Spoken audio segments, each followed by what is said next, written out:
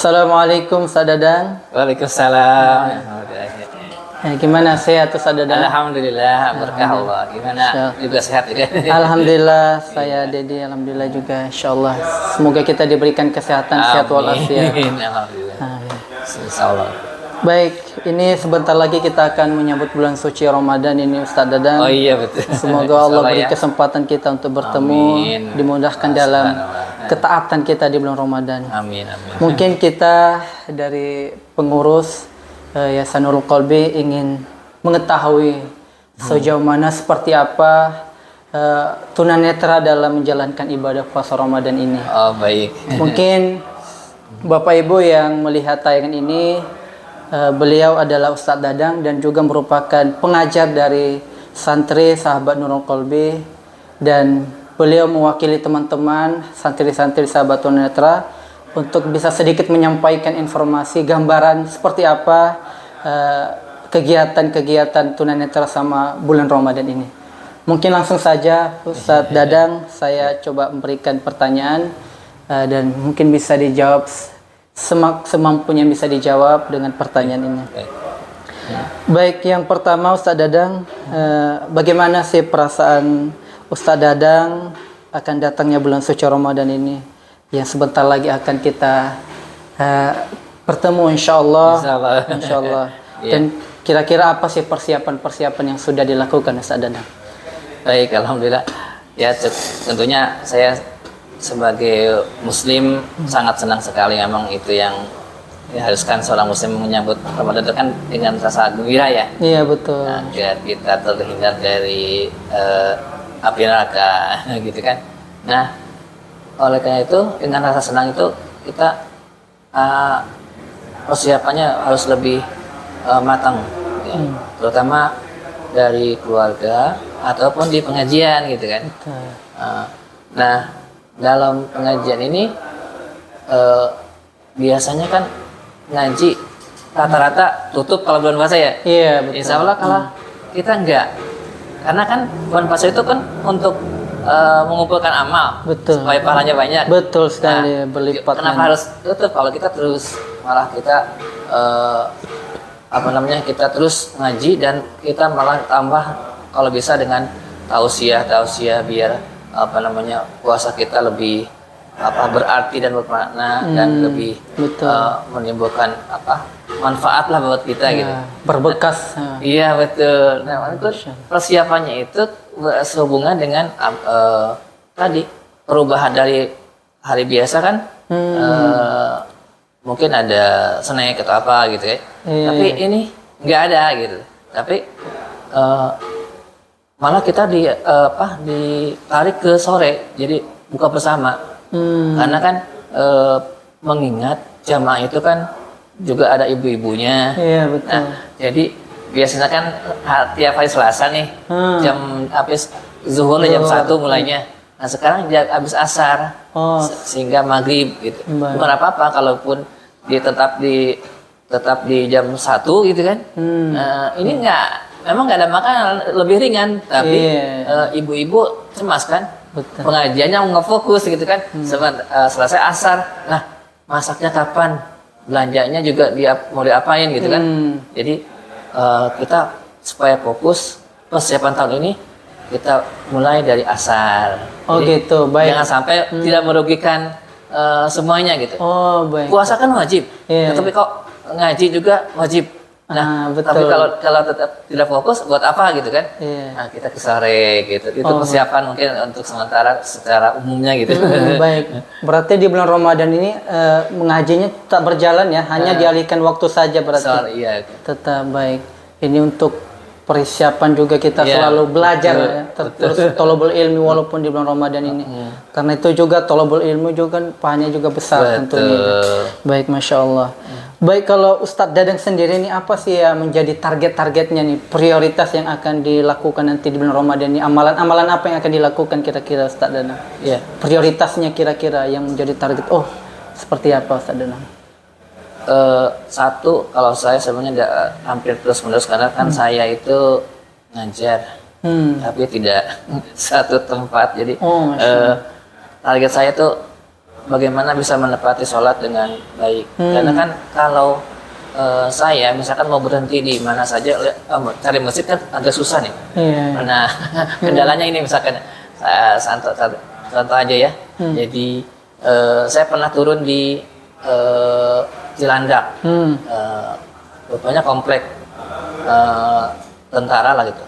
Begitu cari masjid nggak nyampe sebab pelataran masjidnya atau pelataran apa jadi luas banget jadi suara azannya di mana, masjidnya di mana gitu. Akhirnya ketemunya di mana, dan alhamdulillah lama-lama sih memang walaupun lambat ada pertolongan.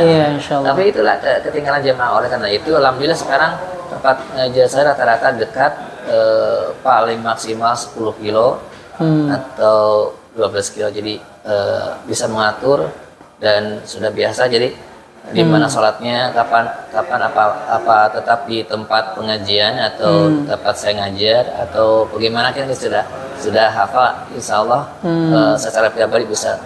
Kemudian juga saya untuk teman-teman, untuk keluarga juga sama, intinya untuk ingin mendapatkan sholat, sebab saya mengingat bahwa sholat itu kan suatu hal yang atau amalan yang pertama kali dihisab kan? Iya, betul sekali. Mau puasa diterima gimana kalau sholatnya tidak benar kan? Betul. Dan itu saya perhatikan dulu ya sejarahnya gitu nih. Teman-teman kalau ada buka bersama atau acara apa, santunan gitu kan, ya pulang kapan sholatnya, gitu kan? Tempatnya sempit, tidak dapat sholat. Kalau masjid kosor dan jamaah masih mending. Tapi saya takutnya kadang-kadang menurut kabar tidak sholat. Nah ini ya sedih sekali. Sedih sekali. Oleh karena itu targetnya kita boleh mengadakan acara, boleh mengadakan kegiatan, tapi jangan tinggalkan sholat. Sekalipun harus jamaah qashar, karena sholat itu wajib, jangan ditinggalkan. Betul gitu. sekali, Masya Allah. Itu mungkin target yang paling utama lah, atau salah satunya gitu. Kalau terkait mungkin target Al-Quran, ada nggak seperti apa? Apakah khatam Quran, apakah hafal Quran begitu? Ya, karena Quran itu sebenarnya harusnya tiap hari. Target Quran itu normal saja, atau paling kalau bulan puasa kan lebih difokuskan karena memang hawanya orang Ramadan begitu kan. karena bulan Quran ya memang agak dilebihkan memang, selain memang itu menjadi semangat untuk mencari pahala, tapi memang hawanya begitu kan. Betul. Kalau di tadi aja yang paling target itu sholat. Kalau saya kadang-kadang ya karena pengalamannya udah karena tempatnya pernah saya ngajar di Cawang, ketika tambahan malam gitu kan, malam pulang jam 9:30 habis taraweh, atau itu kayak tadi kesulitan sholat kadang-kadang.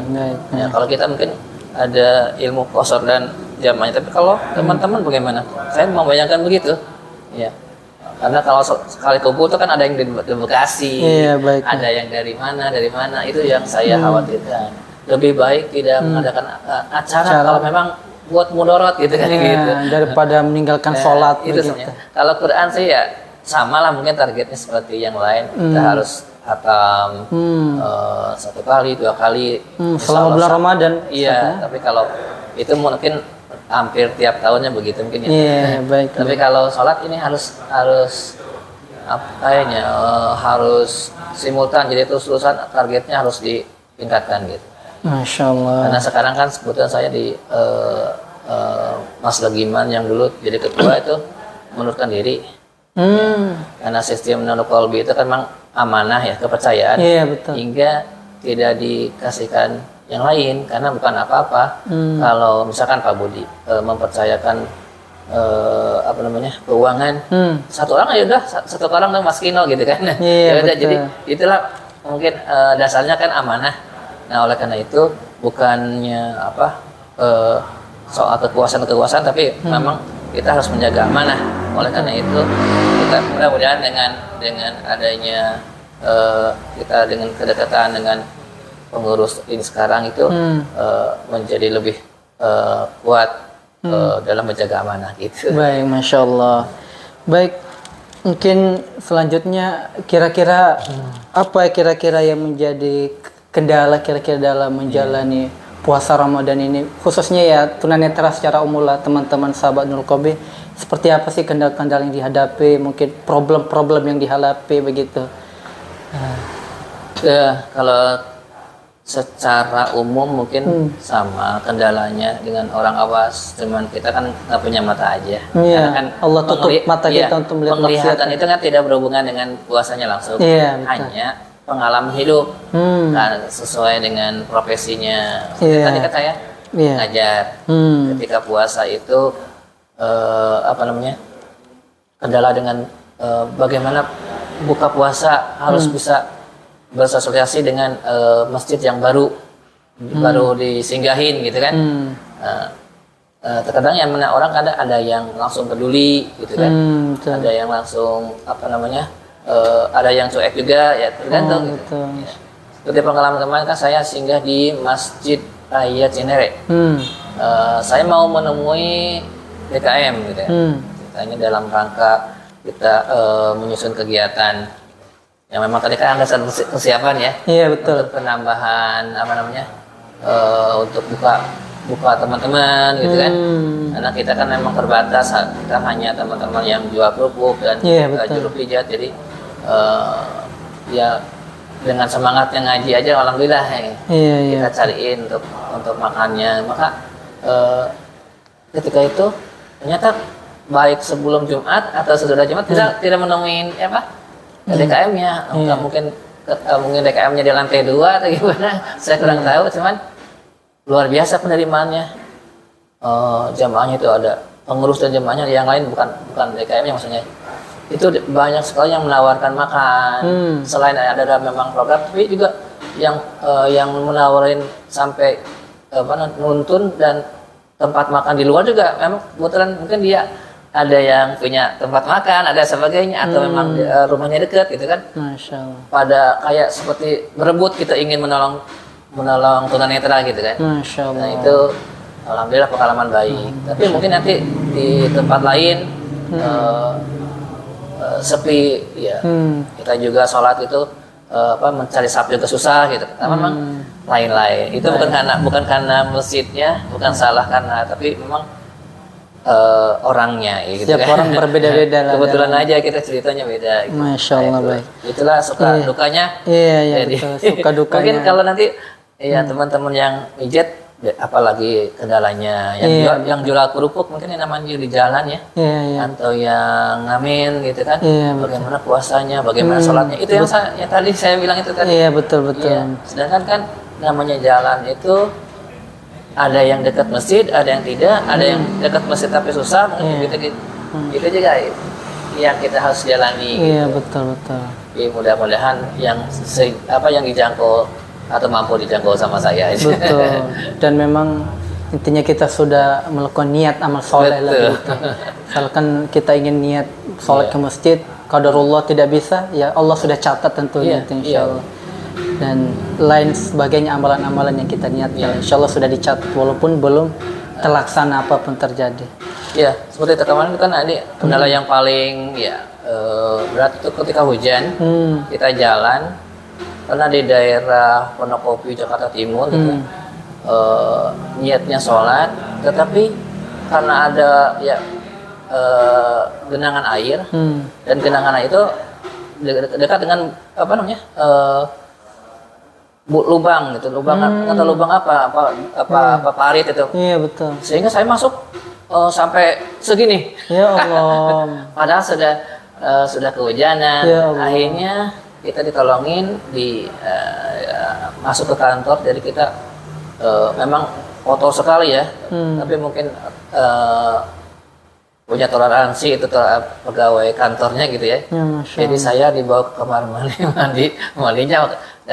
Kita ngebawa baju, memang lagi hujan, tapi pengen neduh tadinya gitu. Oh gitu. Iya. Baik. Oke, mungkin yang terakhir pertanyaan kita, Ustaz Dadang. Kira-kira apa sih harapan secara umum teman-teman sahabat tunanetra ini, mungkin khususnya sebelum Ramadan, menjalani Ramadan, bahkan pasca Ramadan begitu. kira-kira seperti apa harapannya dalam jalani Ramadan dan setelah Ramadan ini? Apa sih harapannya seperti itu? Iya, mungkin sekali lagi ya, mohon maaf bahwa harapan pun kita tidak ada bedanya dengan orang luas, ingin lebih memantapkan dan meningkatkan keimanan. Masya Allah. Karena kan memang tujuan puasa itu kan. Iya, la'allakum tattaqun. Iya betul. Tapi mungkin sehubungan dengan kendala keterbatasan apa yang kita punya, maka harapannya apa yang kita inginkan, rencanakan, semua kegiatan yang ada di Ramadan itu Allah mudahkan gitu aja. Gitu. Kita targetnya tadi kan, targetnya ingin bikin acara, tapi jangan sampai mereka sholat keleleran lah kalau itu. Betul. Gitu, maksudnya gitu aja. Harapan saya khususnya dan harapan teman-teman umumnya gitu. Masya Allah. Baik Ustadz Dadang, terima kasih atas jawaban yang disampaikan dari pertanyaan yang kami sampaikan. Semoga teman-teman, bapak-bapak, ibu-ibu yang melihat tangan ini bisa menjadi bahan inspirasi, motivasi bahwa mereka saja yang punya keterbatasan masih semangat dalam beribadah kepada Allah Subhanahu wa taala. Oh iya, karena tidak mau rugi. Betul. Ya, namanya tunanetra, coba aja kita coba 1 jam aja tanpa ditutup matanya, bagaimana perasaannya. Masya Allah. Bahkan ada yang baru tunanetra itu stres dan kerugian itu tidak mau terulang lagi di akhirat, gitu aja sebenarnya. Masya Allah. Baik. Intinya jangan sampai rugi 2 kali. Rugi 2 kali, menyesal di kemudian hari. Betul. Karena tidak memanfaatkan momentum khususnya di bulan Ramadan ini. Dan kita menyia-nyiakan waktu bulan Ramadan ini, padahal pahala berlipat ganda, ampunan diberikan. Betul. Dan terbentang luas ampunan Allah berikan. Karena memang la'allakum tattaqun. Karena syarat masuk surga itu salah satunya menjadi orang-orang yang bertakwa. Dan jika ingin masuk surga, salah satunya maksimalkan di bulan Ramadan. Semoga kita menjadi hamba-hamba yang bertakwa. Amin. Terima kasih Ustadz Dadang atas jawabannya. Semoga bisa menginspirasi kita semua.